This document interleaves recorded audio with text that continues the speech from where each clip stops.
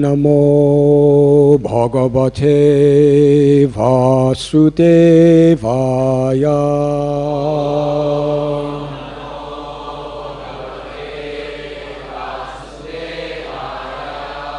Om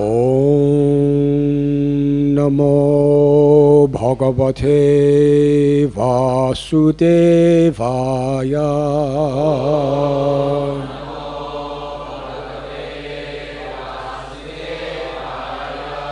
Om Namo Bhagavate Vasudevaya.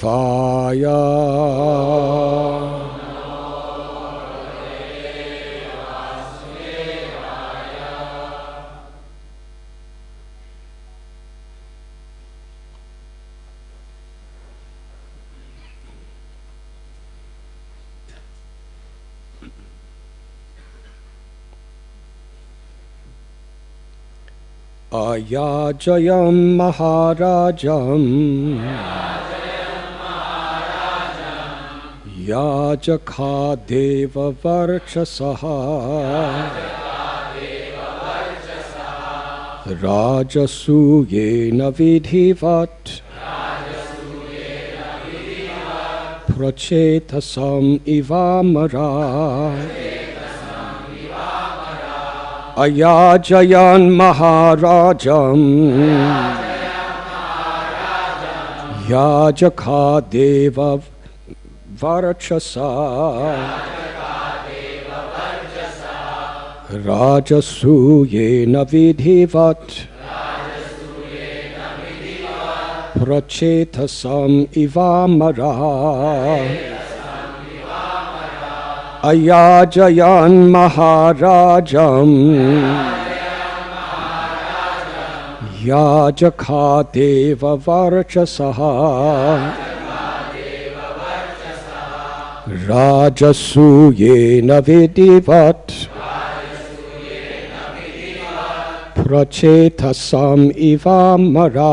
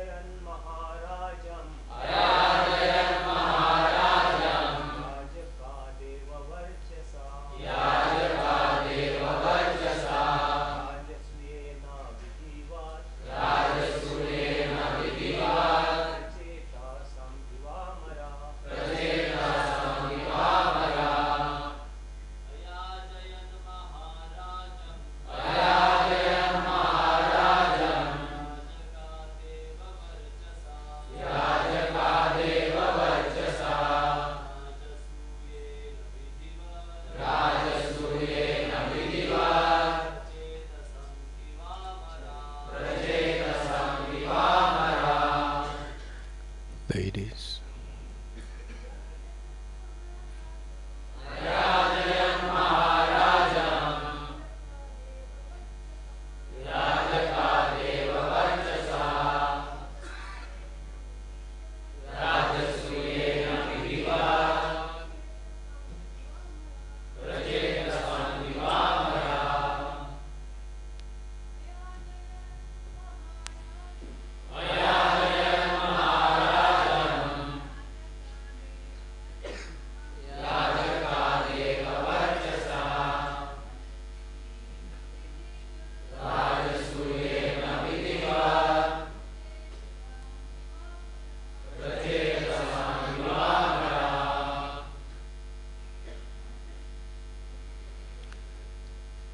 Ayajayan. They performed the sacrifice. Maharajam. For the great king. Yajaka. The sacrificial priests. Deva. Of demigods. Barchasaha. Possessing the power Rajasuyena Virajasuya Vidhivat, according to the prescriptions of the Vedas. Prachetasam Varuna Eva, as Amara, the demigods. The priests, as powerful as gods, performed the Rajasuya sacrifice for King Yudhisthira in accordance with the Vedic injunctions, just as the demigods had previously performed it for Varuna. Sutye hanyabani palo yajakan sarasaspatin apujayan mahabhagan yathavatsu samahitaha. On the day of extracting the soma juice, King Yudhisthira properly and attentively worshipped the priests and the most exalted personalities of the assembly. Purport. Srila Prabhupada writes in Krishna, according to the Vedic system, whenever there is an arrangement for sacrifice, the members participating in the sacrifice are offered the juice of the soma plant. The juice of the soma plant is a kind of life-giving beverage. On the day of extracting the soma juice, King Yudhisthira very respectfully received the special priest who had been engaged to detect any mistake in the formalities of sacrificial procedures. The idea is that the Vedic mantras must be enunciated perfectly and chanted with the proper accent. If the priests who are engaged in this business commit any mistake, the checker or referee priest immediately corrects the procedure, and thus the ritualistic performances are perfectly executed. Unless it is perfectly executed, a sacrifice cannot yield the desired result. In this age of Kali, there is no such learned Brahmin or priest available. Therefore, all such sacrifices are forbidden. The only sacrifice recommended in the Shastras is the chanting of the Hare Krishna mantra.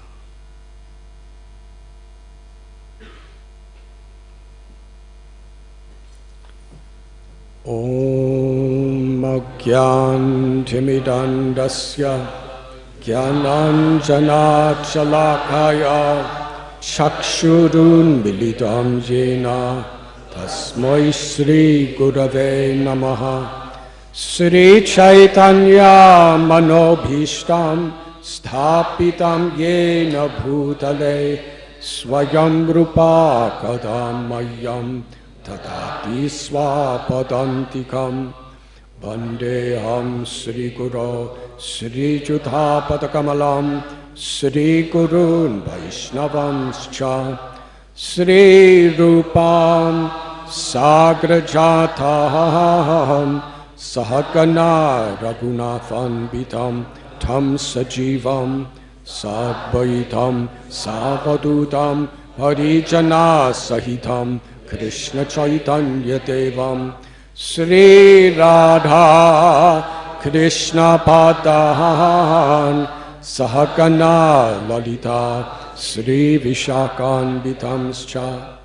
He Krishna Karuna Sindhu Dinabandhu Jagatpate Gopesha Gopika Kanta Radha Kanta Namostate Tapta Kanchana Gaurangi Radhe Vrindavaneshwari Bhanu Sute Devi Pranamami Hari Priye Vansha Kalpatarubhyascha Kripa Sindhubhya Evacha Patithanam Pavanibhyo Vaishnavebhyo Namo Namaha. Sri Krishna Chaitanya Prabhu Nityananda Sri Advaita Gadadhar Shivasati Gaura Bhakta Vrinda. Hare Krishna, Hare Krishna, Krishna Krishna, Hare Hare, Hare Rama, Hare Rama, Rama Rama, Hare Hare.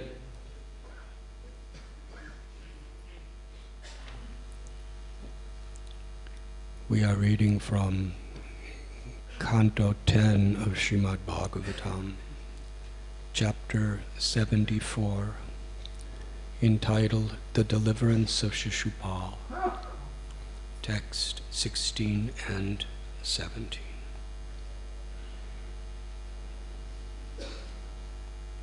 In the previous verses, Shukadev Goswami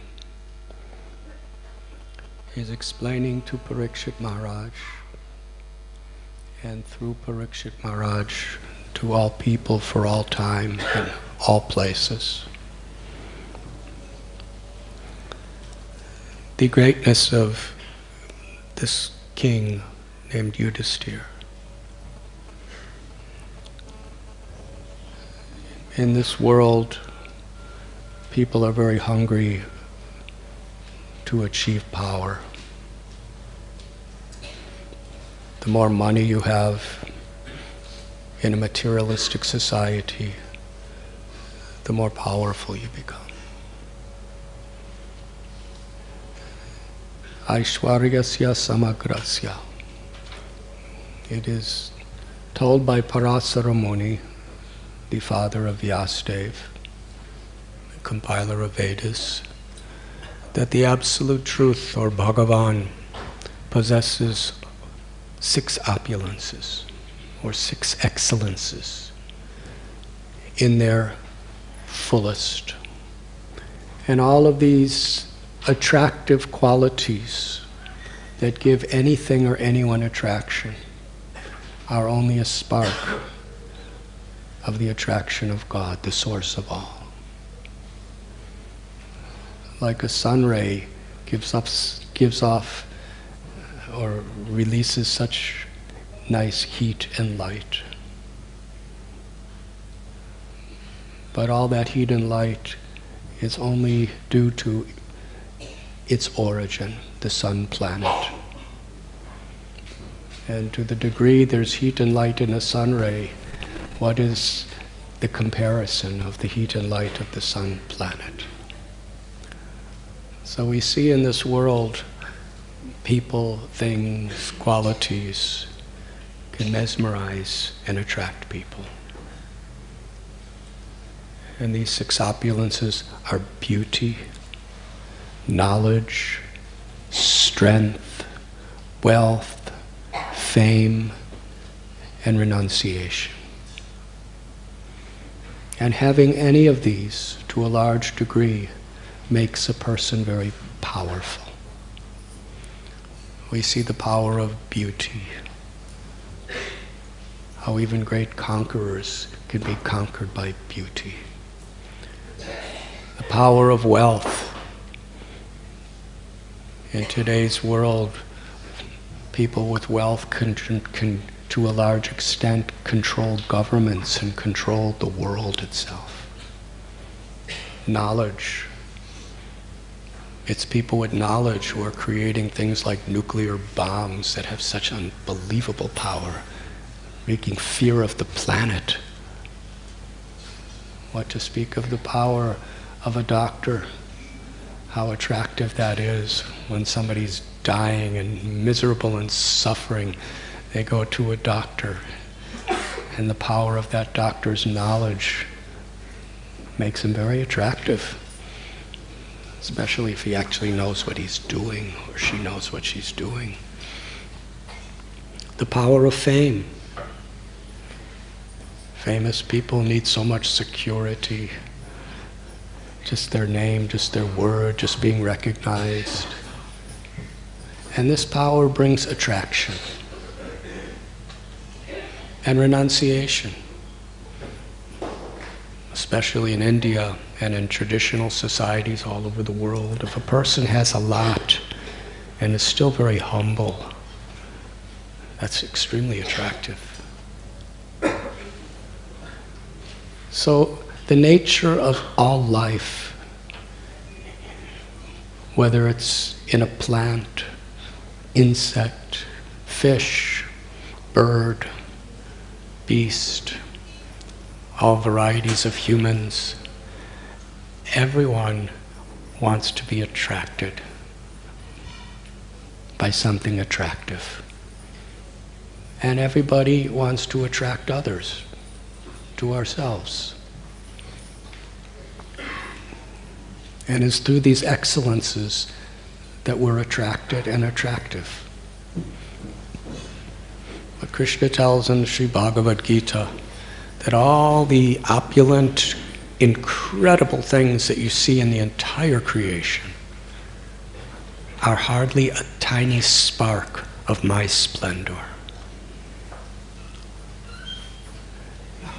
If we think something is strong or beautiful, or if we're attracted to knowledge of this world, what is Krishna? Whatever little beauty there is just little particles of Krishna's beauty. Because the soul is part of Krishna, the soul has such inherent beautiful qualities. Krishna tells in Bhagavad Gita that he's the source of all knowledge. He knows everything past, everything in the present, and all things that are yet to come. And he knows every living being. As the Paramatma, he knows every thought, every action, every word that every living being has ever done, is doing, or will ever do. And he never forgets. Can you imagine anybody with that knowledge? Somebody just knows how to predict what the weather is going to be tomorrow. We think that's a very great thing. And it is a great thing. But why is it great? Because it's a little particle of Krishna's knowledge that somehow or other we all have to different degrees. So Krishna is all attractive. Yudhisthira Maharaj, as a human being within this world, he had the greatest power of anybody within this human condition. He was a king. He was like an emperor.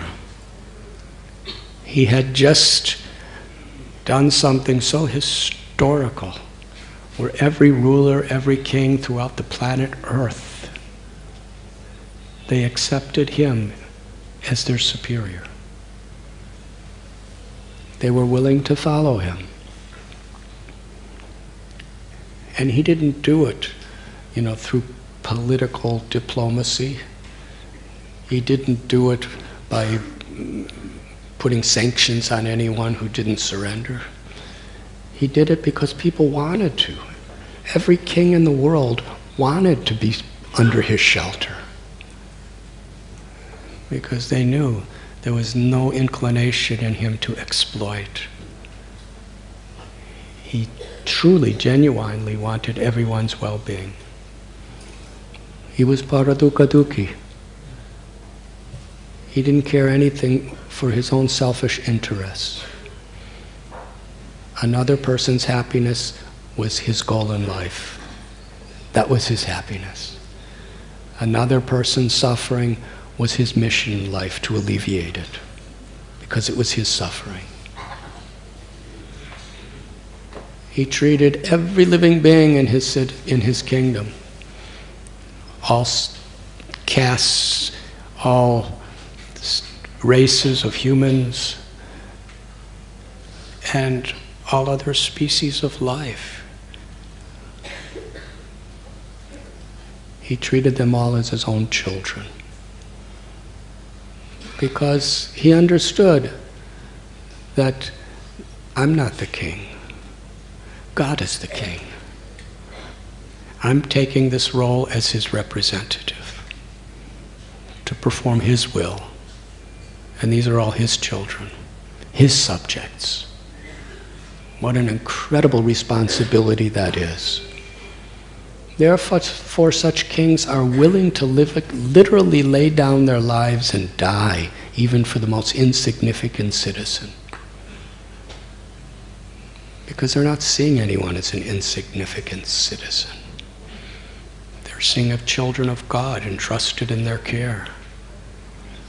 The famous story of Maharaj Shibi. He was an emperor. Such power, such fame, such armies. He was undefeatable. But when a little pigeon, and pigeons are not usually considered the most prestigious birds. If it was a peacock or a nightingale, it would be another thing. But it was a pigeon. How many pigeons do we see in any city today? A pigeon flew up to him who was about to be eaten by a hawk. And he said, "Please give me shelter. You are my king." Shibi didn't see a pigeon. He saw the spirit, the soul within that pigeon was Krishna's child. And he didn't say to the pigeon, "You're in Maya, you're not your body. You shouldn't be attached to life or death. So what if you die, the soul's eternal." He could have said that, and it was true, philosophically. But as a king, he was responsible not only for enlightening the souls with such good philosophy, but also protecting the bodies that those souls were temporarily living in. So he said to the hawk, "You cannot eat this pigeon. Myself, with all my strength, with all my mystical yogic powers, with all my armies, I will protect this hawk from you. This pigeon from you." The hawk said, "Well, you're supposed to protect me too, because I'm your citizen. And my food is pigeons." So what are you going to do? You have to provide for me too. Don't be partial. And the king was so impartial. He said, "Whatever weight this pigeon is, I'll cut off my own flesh and you eat it." The hawk said, "Very nice. I don't know that much about it, but probably human flesh tastes better than pigeon flesh." So he was happy. So the king, with his sword, cut off a chunk of his own flesh from his own body, the size of that pigeon, and put it on a scale, the pigeon on the other side, and the pigeon was weighing more. And he cut more and more flesh off, and the pigeon still weighed more. And finally, the king sat on the scale, and it was exactly, his body, complete, was the same weight as the pigeon. And the king, he didn't have any remorse. He didn't have any fear. He didn't feel he was being tricked or cheated. He was just genuinely compassionate. "Yes, eat me." No resistance. Now this sounds like an extreme story, which it is, but it does reveal how for such a king, they're so detached that for them it's an honor to give their life to protect someone. Because he knew he wasn't his body. His body, as a ruler, was meant to protect. And to die for that purpose is glorious. Haribol. Sounded like, not exactly like a pigeon. Something like that.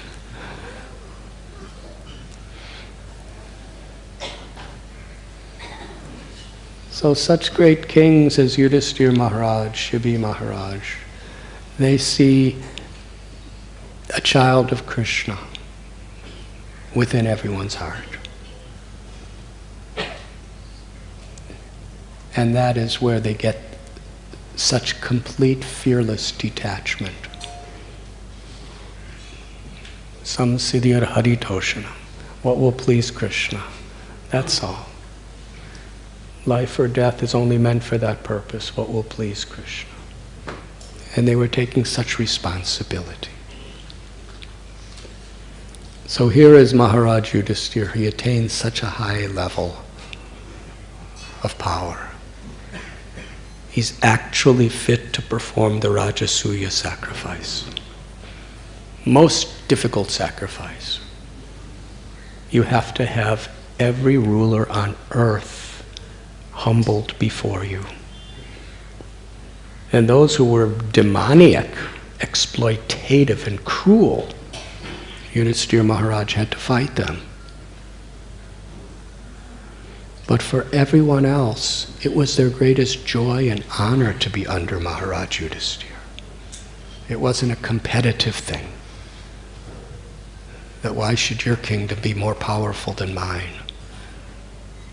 That fear is only there really when either you're evil or when you're fearful, that you don't trust somebody. But all the good people in the world, or all the neutral people in the world, they totally trusted Yudhisthira Maharaj. They knew myself, my family, all my citizens will have the best position if we all accept Yudhisthira Maharaj. And he didn't interfere with anyone unless they were doing something that was against Dharma. Rather, he encouraged, he empowered everyone. In today's world and politics, to stay in power, sometimes the strategy is we have to disempower everyone else. But Yudhisthira Maharaj empowered everyone else. And therefore everyone trusted him. Such a leader. So now he's the wealthiest man in the world. He's the most powerful man in the world. But akinchana gocharam. He considered himself in total poverty. Not just physical poverty of having no food or residence, something much deeper than that. He understood nothing is mine. Everything belongs to Krishna. I'm just the caretaker. This body is not mine. Manaso deho geho jo kichu more arpilun tu aupade nanda kishore. My body, my mind, my words, my family, my home, all my intelligence, all my skills, everything, Krishna, son of Nanda, everything is yours. I surrender to you. What is surrender? Surrender is not some esoteric concept. Surrender means just to be honest. That's all. If you're honest, you're humble and surrendered. The honesty is everything does belong to God. Sarva loka maheshwaram. Ultimately, Krishna creates it. And whatever we can do, Krishna's given us our brains, he's given us our body, he's given us our intelligence, he's given us our skills, he's given us the sunlight and the water and the food and the air to sustain anything we do. So everything is Krishna's. False ego means to think anything's mine. My loved ones, Krishna, through his nature, has created their bodies. Their souls are a part of him, emanating from him. Everything. So to surrender is simply to think, to speak, and to act with that understanding. And Suhradam Sarva Bhutanam. Krishna is the well-wishing, intimate, loving friend of everyone. Not only is he the proprietor of everything that exists, but he's the supreme lover and the supreme object of love. He's the ultimate friend. So surrender means to have complete trust in God. And to be so happy that everything belongs to Krishna. Not to be competitive or envious. I want this to be mine. You're only like that when you don't trust somebody. But when you understand the beauty and the sweetness of the love of Krishna, then it's the most liberating situation, that everything belongs to Krishna. And it's only in that state that we're actually not afraid of death. Because what is death? Death is when everything is taken away from us. And the fear of death is to the degree we think anything is mine. This is my body. I am this body. And we know that death could come not only any minute, but it will come any minute, 100%. Sure as death, Prabhupada would say. When you want to say something is absolutely certain, you say sure as death.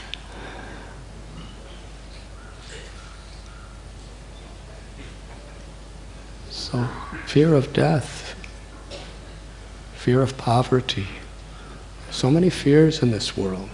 Fear of losing our reputation, fear of losing our loved ones.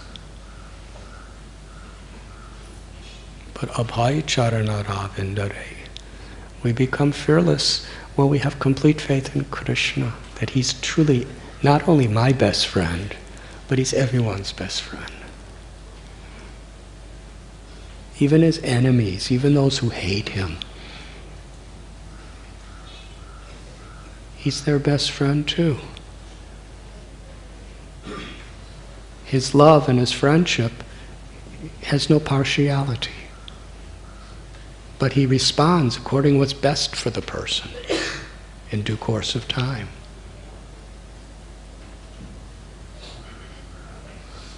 So when we understand everything is the Lord's and the Lord is my friend, there's nothing to fear. So this is Yudhishthira Maharaj. This is what a Mahatma is. One who has this broad perspective.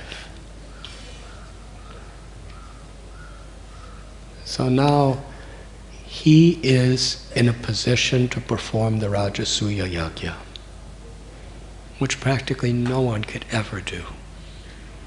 It's described here that the demigods performed this yajna for Varuna. That was the last time it was done. That's quite impressive. And Yudhishthira's a man in this little earth planet. But why is he doing the Rajasuya Yajna? For the well-being of everyone. Because his whole purpose of doing it was to give everyone an understanding of Krishna.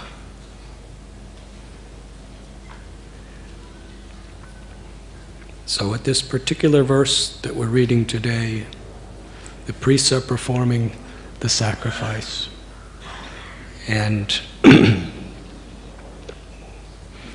on this particular day of the extracting of the soma juice, Yudhishthira Maharaj is honoring and worshiping the priests who are performing this ceremony.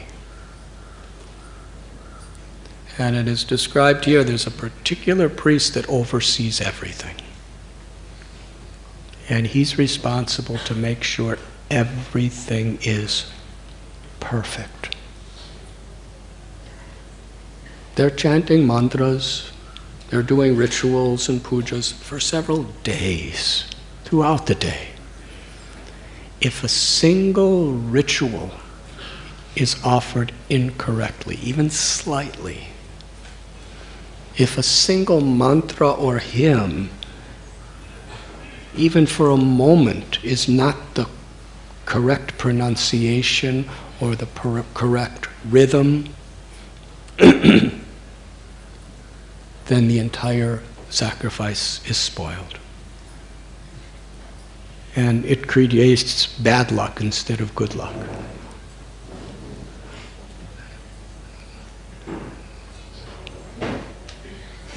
And they could actually do it in that way. So they did everything perfectly. And Yudhishthira Maharaj is honoring them. And Srila Prabhupada in today's purport is explaining something that is greatly emphasized within the Vedic literatures. That such sacrifices, to perform them properly in this age of Kali, no one has the capacity. We even see in other ages, it was Twasta. He was a very, very great Brahmin. And he did days and days of sacrifice for a particular purpose, to create someone who would kill Indra.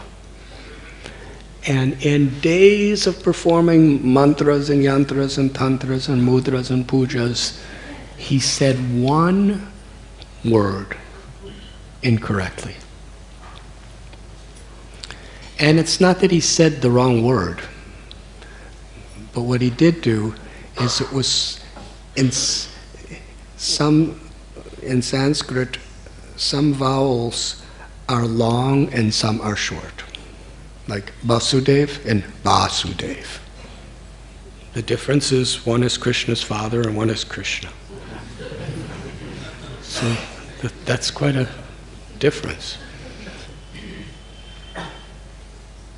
So if you're talking to Sanskrit people, you have to know what you're doing.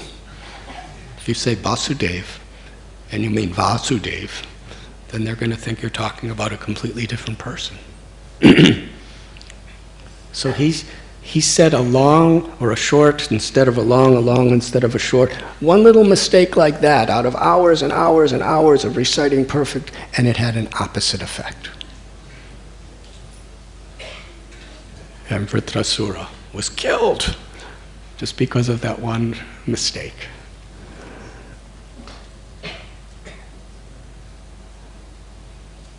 So we perform yajnas and all of these things in the age of Kali, but we understand and we know that they can't really bring the desired result that we truly want. Therefore, Yagyai Sankirtana Parayaya Yajantihi Sumedasa. In this age of Kali, the only sacrifice that is recommended in the Vedic literatures for that highest perfection of life is Sankirtan, the chanting of God's names. And those who really have properly nourished intelligence will understand this.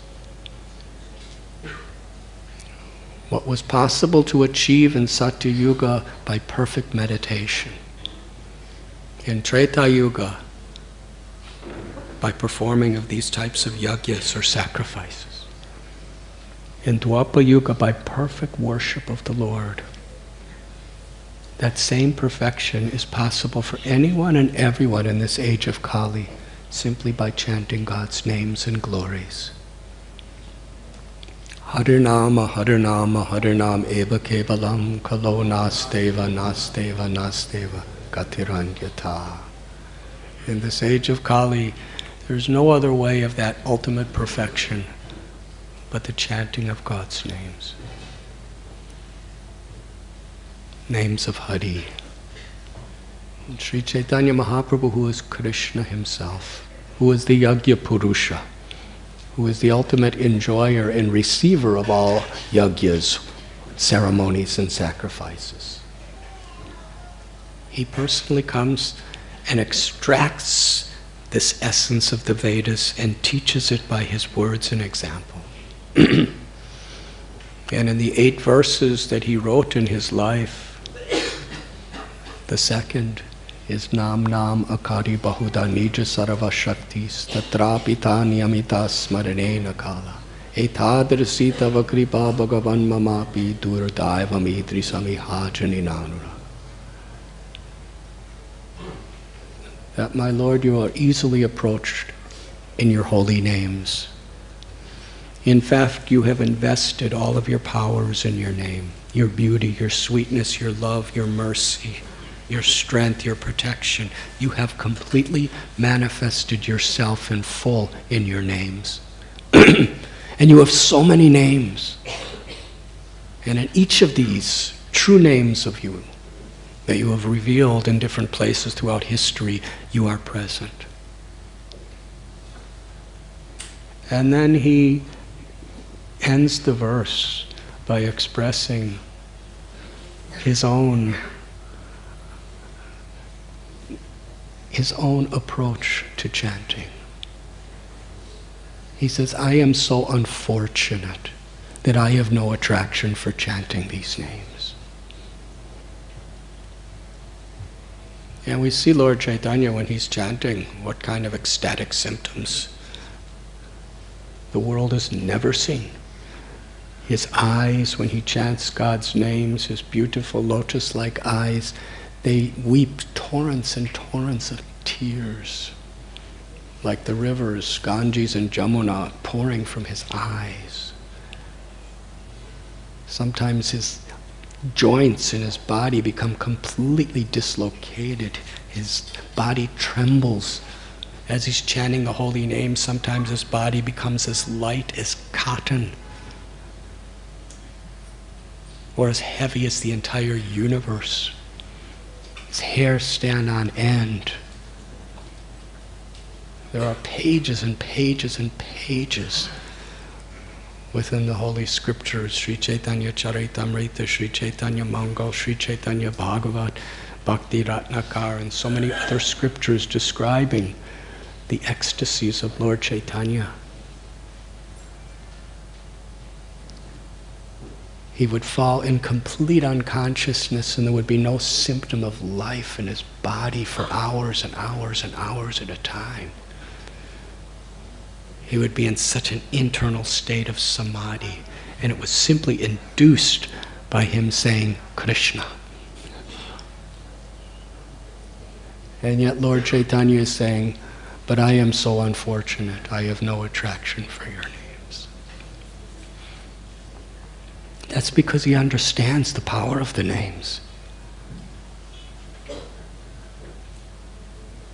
When we understand Krishna's love and Krishna's beauty and Krishna's sweetness and all of that in his names, then we can never have sufficient attraction. For us, if you offer a little candle to the sun planet,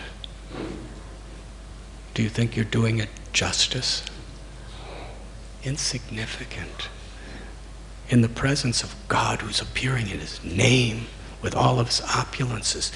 And when some of us chant, we don't have this experience because we're not really experiencing Krishna in full when we're chanting.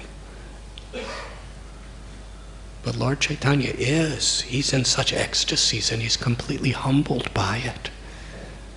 In the presence of the ultimate, infinite, ever-expanding greatness of Krishna that's within the name of Krishna, I have no attraction.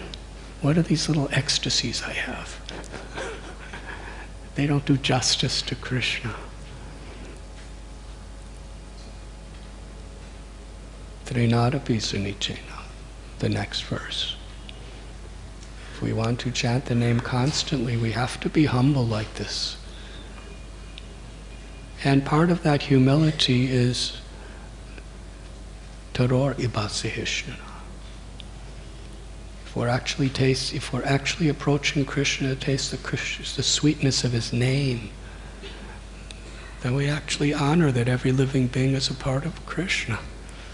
And therefore we're tolerant and we're forgiving for Krishna's sake. We can offer all respect to others because we want to please Krishna, and He's in the heart of everyone and everything.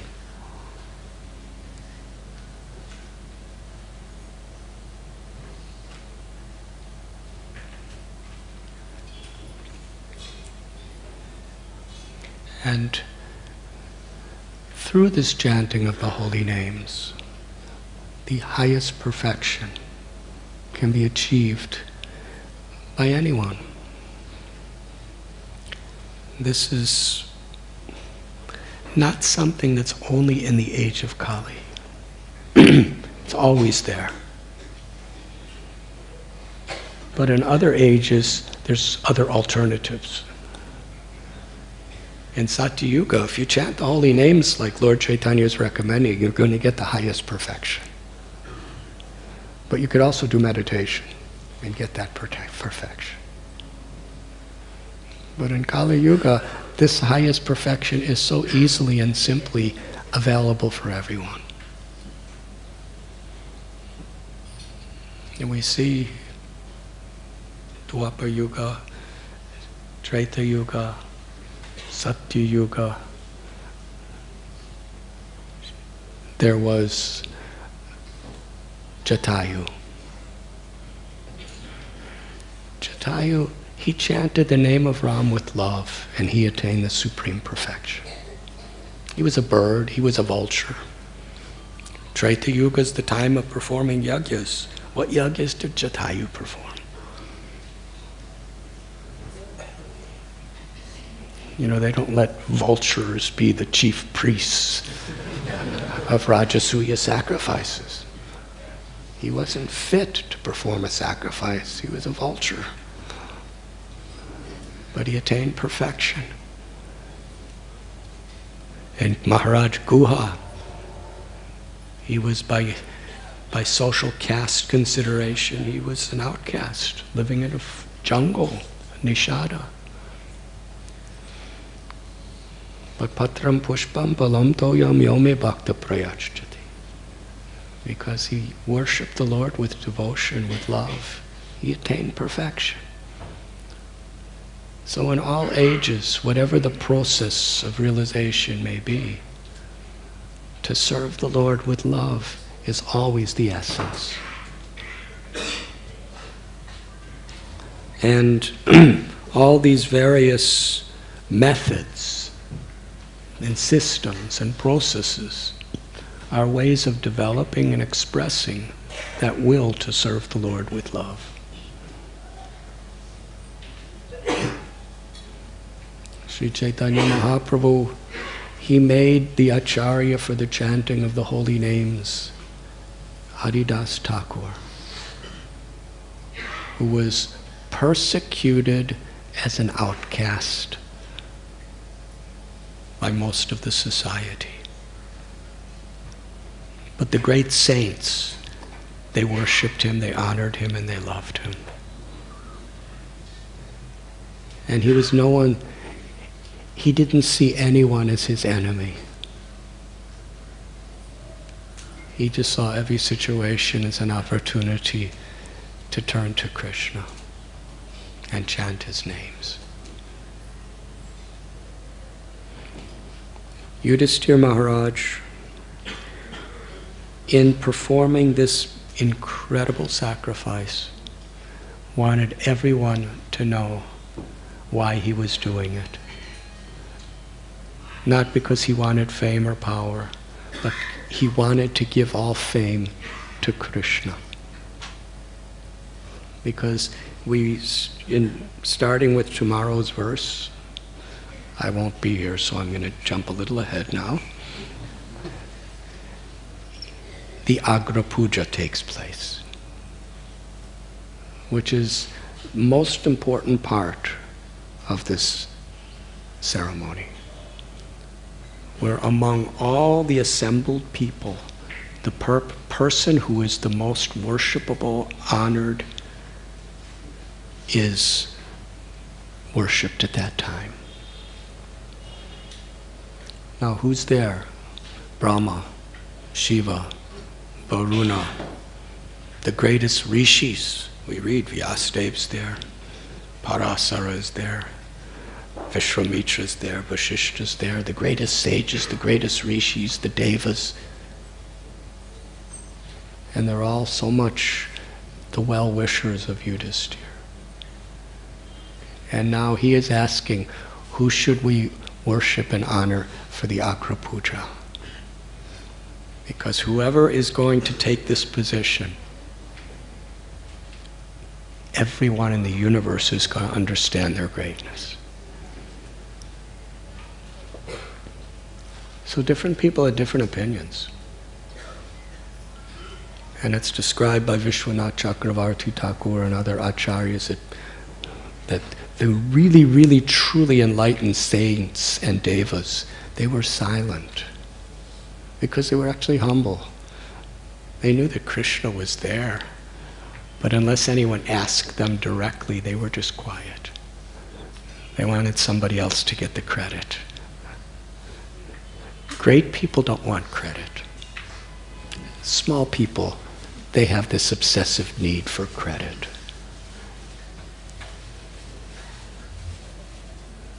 Whoever were to stand up and say, Krishna is the one, it's going to be in the Srimad Bhagavatam forever. It's going to be in the Mahabharata forever. It's really... So for most people, even devotees, if they knew the answer, they would jump up and try to jump up and give the answer before anyone else.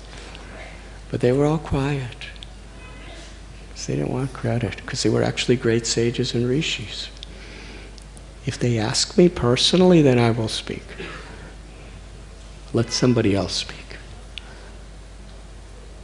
So Sahadev, the youngest of the Pandavas, along with Nakula,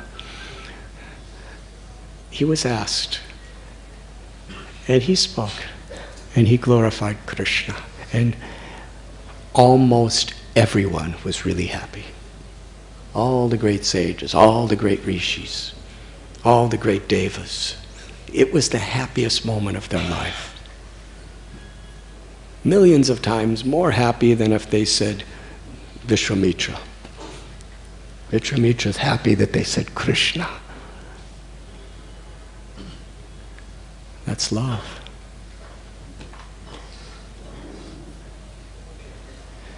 And then they perform the ceremony.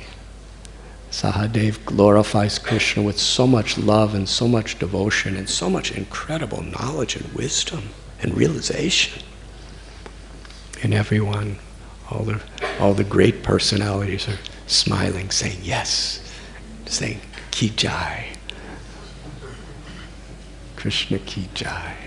Jai Shri Krishna. And then Yudhisthira Maharaj, he's in such ecstasy, he's weeping with his eyes, tears of love as he's washing Krishna's feet. And he's drinking the water and putting it on his own head. And that means to really seriously humble yourself before someone. And then he sprinkles it on his ministers, and he sprinkles it on his family members, and he sprinkles it on so many other people. And everyone is so happy. What a celebration. The most prestigious, the most exalted, the most difficult of all ceremonies, Krishna is put in the center of everything. And at this point, Shishupal, he couldn't contain his envy. He was so disturbed. Just see how, according to our state of consciousness, we're affected by things. All the other great personalities that are there, and so many of the other kings, it's the happiest moment of their life to hear Krishna glorified and to see it. But for Shishupal, this was the most painful experience of his entire life.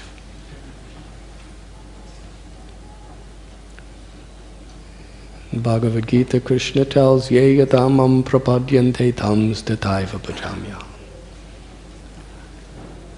That as we approach the Lord, as we surrender to the Lord reveals himself accordingly. So by hearing Krishna glorified by Sahadev, and by hearing everyone in the assembly, the devas and the rishis and the kings saying Ki Jai, Jai Shri Krishna, by hearing them all say like this, they were all speaking with love. And everyone there seeing and hearing that glorification of Krishna was awakening the ecstasies of love. But for Shishupal, the same experience was awakening his hate.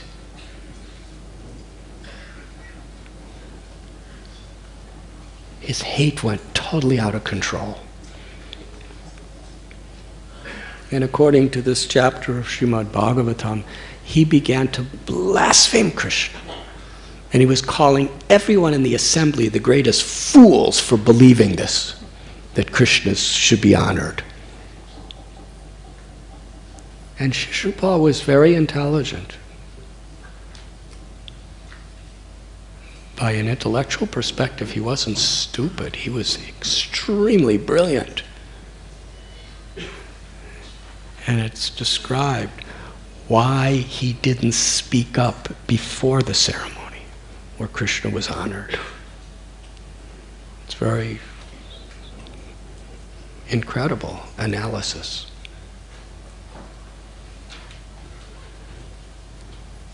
Because if he spoke before, it wouldn't have the same effect.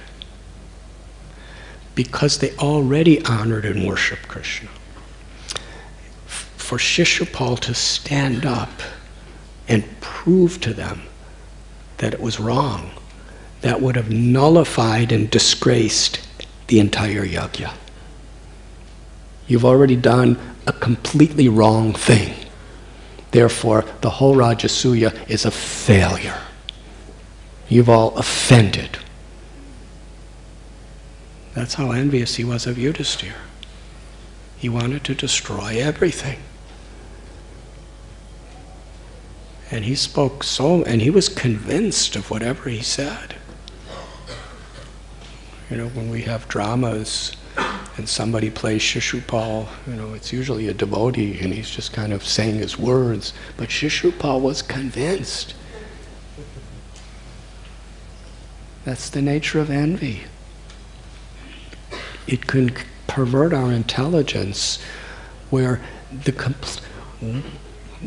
this prejudice, this envy, this hatred, and the words and actions in which we express our envy and our hatred and our arrogance can be completely justified philosophically, scripturally, socially, practically.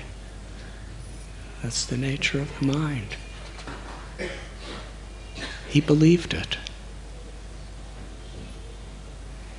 He was talking about how Krishna was dirty and he was ruining all the Vedic principles and he didn't follow any of the principles of Dharma and his family was a useless family, and he just went on and on and on and kept going on and on. And Krishna was completely undisturbed. He's sitting on the throne. Everyone just completes their worship of him and he's saying all these things. Krishna was indifferent.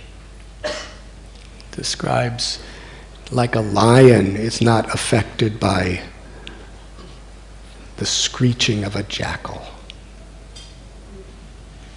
But the devotees couldn't tolerate it.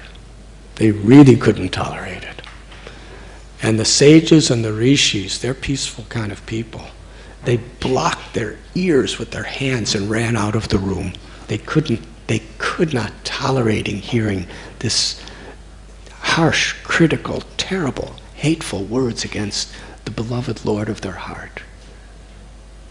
The yogis, the sages, the rishis blocked their ears and ran out. That's what they're supposed to do. Because there was no way to talk logic to Shishupal. He was burning in the fire of hate. But the Kshatriyas, the warriors there, it's not their nature to run away when something like that happens. They picked up their weapons and started moving towards Shishupal to stop him. And Krishna saw what was going to happen. If there was a drop of blood shed in that whole Rajasuya, the whole Rajasuya would have been a failure.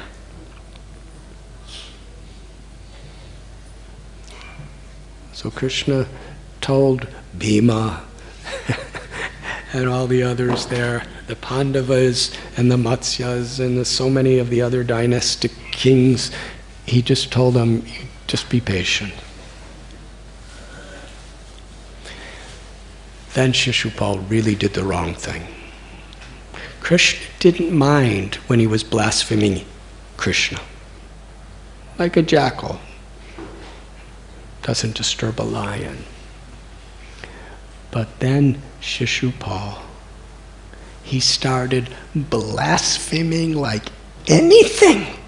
The most horrible, cruel, hateful words against those who were Krishna's devotees, who were supporting Krishna.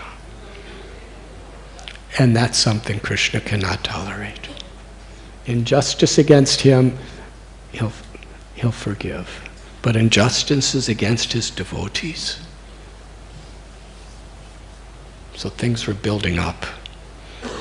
And now Shishupal is saying cruel, hateful words, lying propaganda against the supporters of Krishna, those who love Krishna. And then Shishupal raises his sword and his shield to attack the devotees.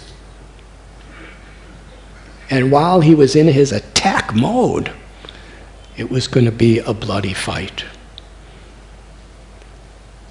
And that blood would have destroyed Yudhisthira's, what he gave his life to achieve in this Rajasuya Yajna. So at that point, to protect the devotees and to protect Yudhisthira Maharaj, and in protecting Yudhisthira Maharaj, he's protecting the Dharma for the whole world.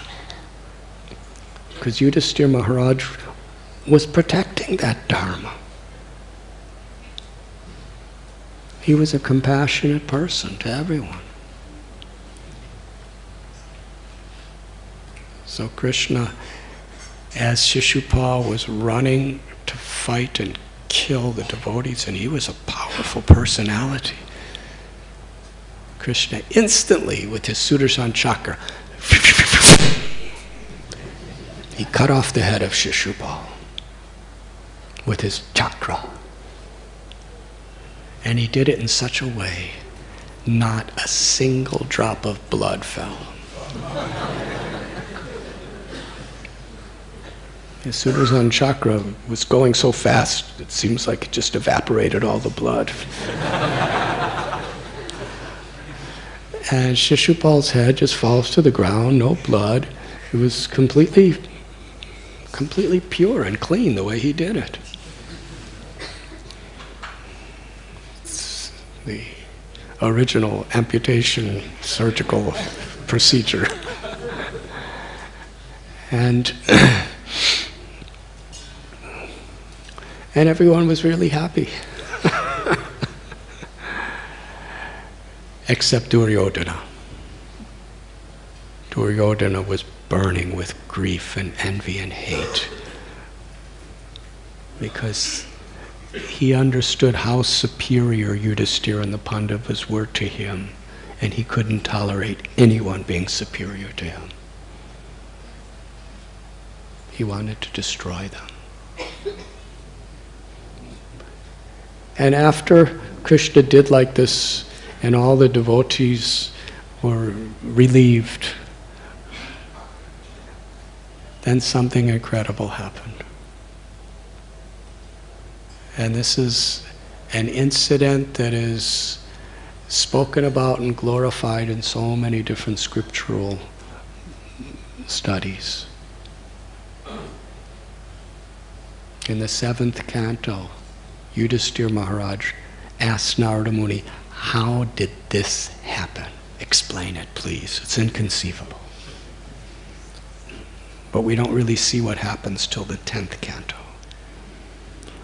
And that was the Atma, the eternal soul of Shishupal, came out of his body in the form of a brilliant light. After his head was severed, his body and his head were laying on the ground. At that moment, his soul came out of his body, a light that was shining like the sun. And that light went through the air, and with such love and devotion, it entered into Krishna's body. This is mukti. He attained the perfection of liberation. First, he attained Sayujya Mukti. He attained the merging of the soul into Brahman, into the immortal Brahmajyoti, the infinite light of God. And then he attained a liberation beyond that. His soul entered into the spiritual world of Vaikuntha to be an eternal, ecstatic, loving servant of the Lord forever. And everyone saw this. Here is the person who hated Krishna more than anyone in the world, who was constantly plotting against Krishna. And Krishna was always increasing his hatred. He hated Krishna, and he was totally mesmerized, obsessed, and attached to marrying Rukmini. And on the marriage date, the marriage ceremony, when all the kings, Jarasandha, Salva, everyone's there, all of his, he invited all the people he respected the most and all the people who respected him the most. They were all there for this incredible marriage ceremony he's going to show everybody how great he is. He's going to marry the most qualified person in the universe, Rukmini. His complete prestige was on the line in this marriage. What to speak of his own sensual, mental, emotional attachments. And right at the culmination of the point where everyone was there to see this marriage, Krishna nonchalantly just pulls up with his chariot, takes Rukmini and drives away. And Rukmini was so happy, she just wanted to be with Krishna. And then all the Rukma and others, they all attacked Krishna. And they were all defeated. So Krishna really knew how to increase his hatred. And so many other events like that. But here, Krishna is giving him what people perform yoga and study scriptures for hundreds and thousands of lifetimes to achieve. The perfection of being an eternal loving servant of the Lord and Vaikuntha, as well as included in that Brahman realization, total liberation from all material ego. He gave Shishupal that liberation, and the whole world saw what happened.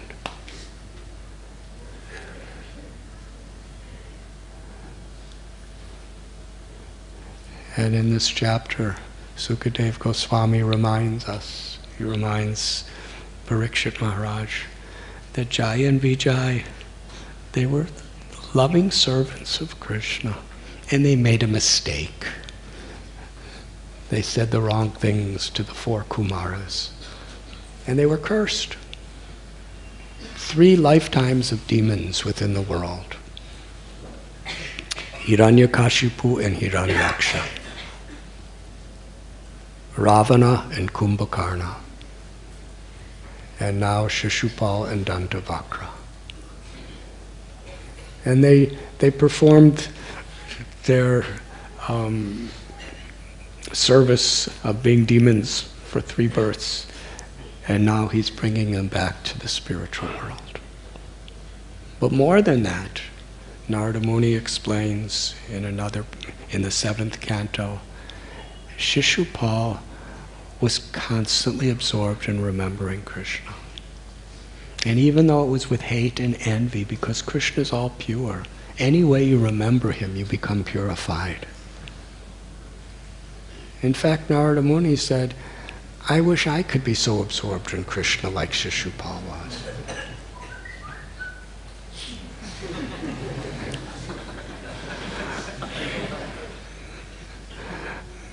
I guess I should end there.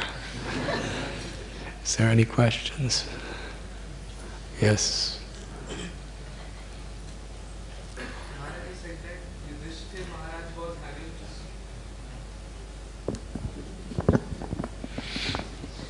Hare Krishna. Maharaj said that Yudhishthira Maharaj was ruling so nicely, even without having any political diplomacy to be used. But like we have so much individual small arena, small circle of society and profession. In that too, it's like we have to act diplomatically sometimes. And personally, my question is that to act in a suitable way, one has to at least understand the psychology of the colleagues and the people who are involved in. So if you are not having that ability to know what exactly people want to say and how the things are, what could be the best way to behave?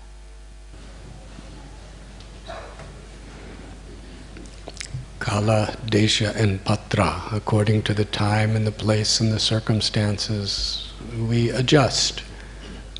But our purpose has to be pure if we want to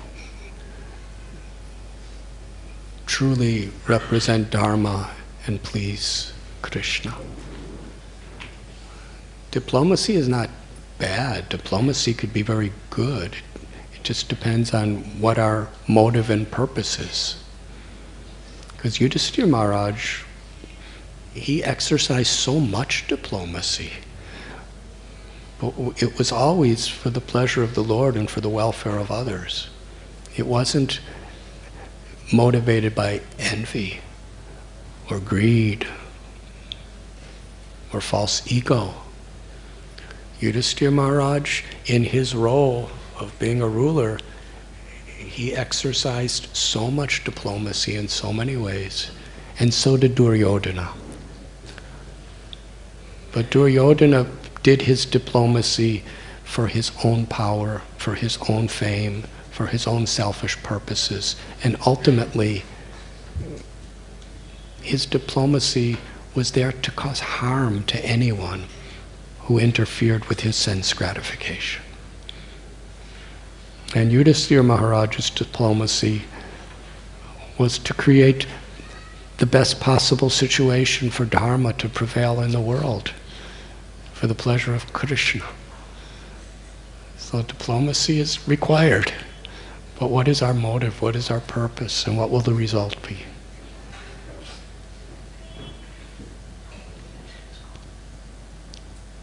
Does that answer your question? Partially, I had linked another question also. You are diplomatic.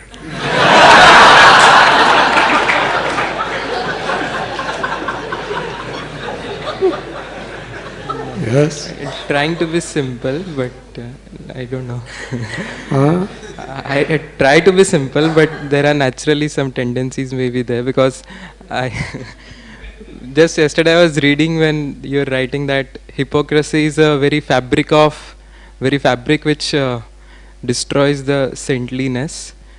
So, but I personally face this problem many times, that I really don't understand the intentions of people around. even if I want to act in good intention, I don't understand whether their intentions are good or envious or what they are, and that cultivates insecurity within me to how to act and how the things are.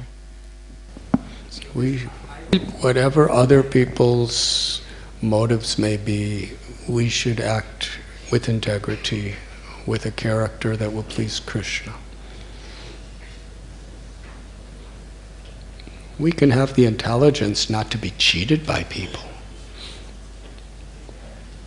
We can have the intelligence not to be exploited by people, but we should do it with integrity.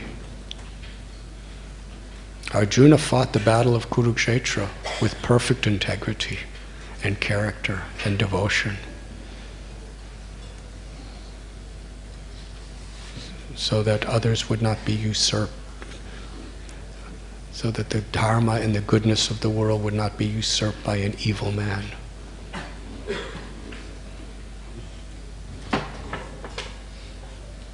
So we have to have a strong spiritual foundation ourselves through satsang, through good association, through sadhana, through our spiritual practice. Then we can actually have the wisdom to act in this world, and even sometimes to be diplomatic or fight in this world, but for the true higher cause. And this concept could really be grossly misused, because the ego can label the most arrogant things, the most cruel things as the highest cause. It's always been like that, people. That is why Guru Sadhu Shastra, we have proper gurus, we have scriptures, we have saintly people who help us to actually understand what really is the highest cause, and to live practically with that.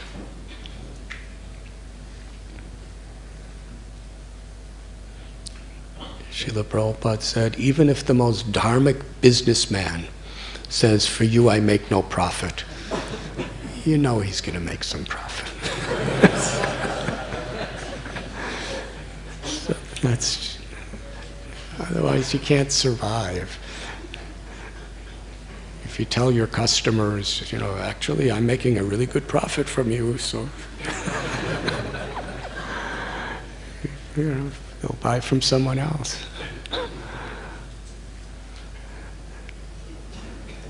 So these little transgressions may be there, but we're not trying to cheat people. We're just doing the needful, and what do we do with those profits? We're not cheating people, we're doing this morally. We can't all be Kolavecha Sridhars.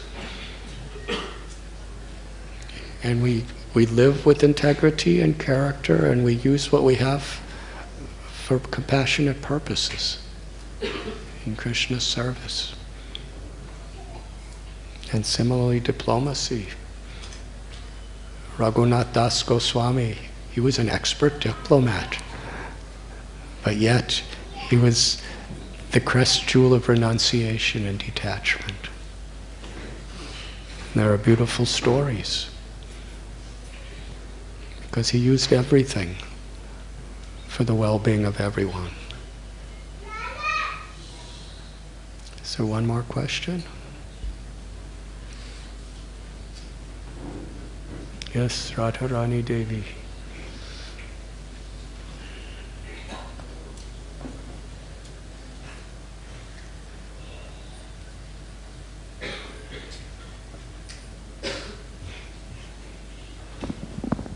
Haribol Maharaj. Maharaj, we see that Jay and Vijay, they actually offended the 4 Kumaras when they were doing their service of guarding the gates of Vaikuntha. And many times it may happen that when certain services are being done, some devotees may be offended, because to keep up the standard of the service, sometimes somebody might be offended. And in your last class, last week you mentioned that while doing devotional service, if we have difference of opinion, then sometimes even that difference of opinion may be devotional service. So, but if you are in that situation, sometimes it becomes very difficult, because you get scared. If you express your opinion, you might end up offending someone. If you don't express your opinion, maybe something which is not right may be done. So in that situation, what should one do? Take a neutral stand, or be willing to express the opinion and take the risk of taking whatever reaction comes or whatever bad karma comes from that?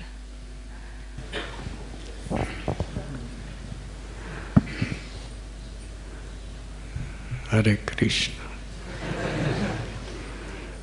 There is a universal principle, and then there are ways to apply this universal principle according to each particular situation we find ourselves. So obviously I cannot explain the particular situation because you're not telling.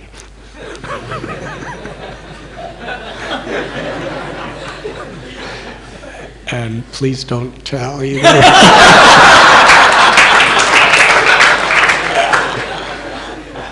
That way I get to just speak the universal principle.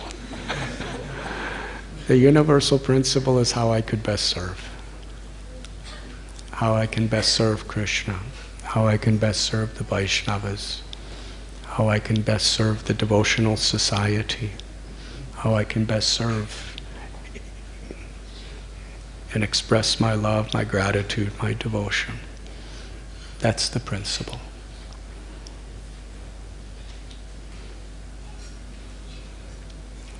And obviously the way we can best serve is when we are truly trying on behalf of Krishna to be a well-wisher.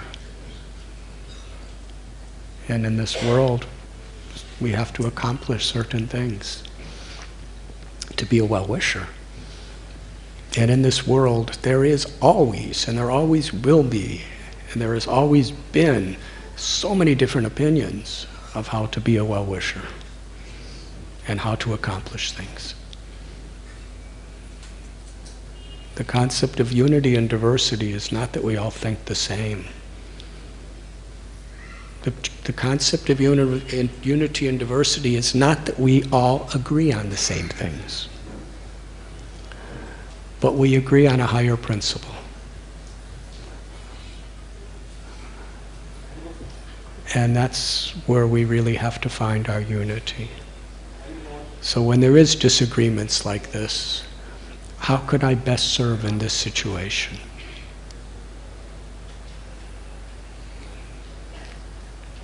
And if we consult people that we believe have wisdom, enlightenment, and high degrees of Krishna consciousness, and if we search our own hearts and motivations, then we make a decision how I could best serve in this situation.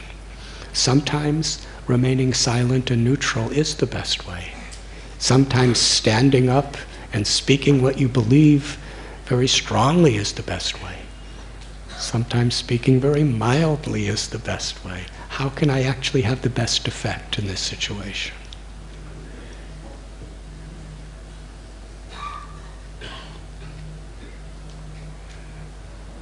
And the more we develop wisdom in our own hearts through realization, the more we can be effective.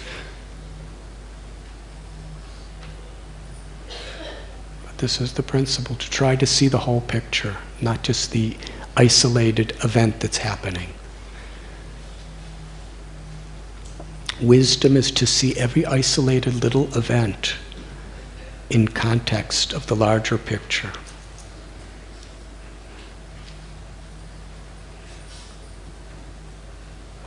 Just like your husband is a dentist.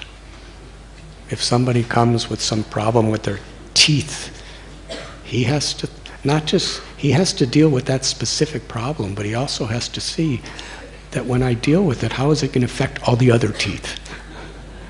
And how is it going to affect the future of the person?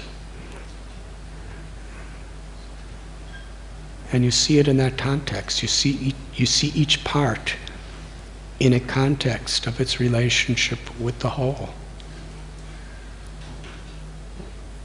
So even if we're right, if the way we present ourselves is going to create so much antagonism and dissolution and everything else, then you may be right in a little way, but you're wrong in a bigger way.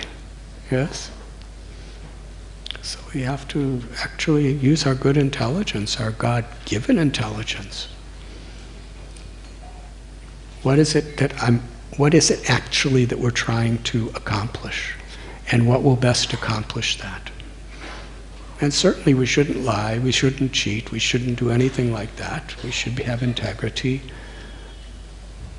But we act and we speak in a way that's actually conducive to bring harmony and not dissolution.